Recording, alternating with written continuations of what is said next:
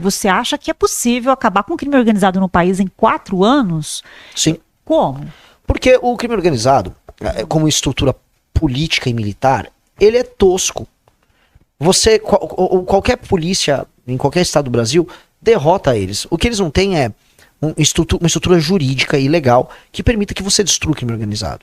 Então, o que a gente tem que fazer? Tem que mudar as leis penais, ou seja, tem que aumentar as penas como um todo. Tem que mudar o Código de Processo Penal e a famosa Lei de Execuções Penais para acabar com a saidinha, para que o processo de colocar uma pessoa na cadeia seja bem mais rápido, bem mais sério. Isso tem que ser alterado. Paralelamente, você tem que colocar o Brasil num estado de defesa, tá? E especialmente as regiões controladas pelo tráfico.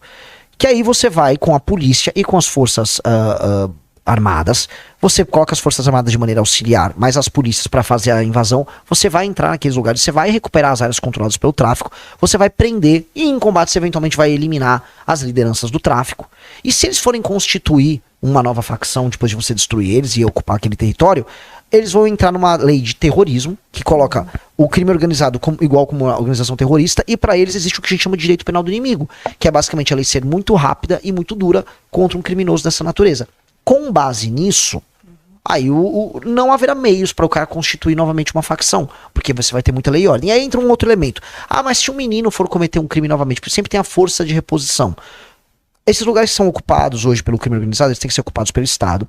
Então eu sempre falo, prendeu, matou contra o crime, mas depois tem o que a gente chama de bandeira, quartel, escola. Primeira bandeira, recupera o território.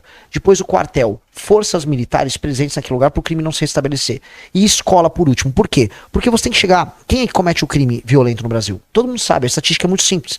Meninos, pobres, com famílias desestruturadas sem presença paterna. A ausência de presença masculina é um dos maiores elementos constitutivos de um jovem que comete um crime. Ele não tem exemplo, ele não tem limite, ele não tem a estruturação. Então...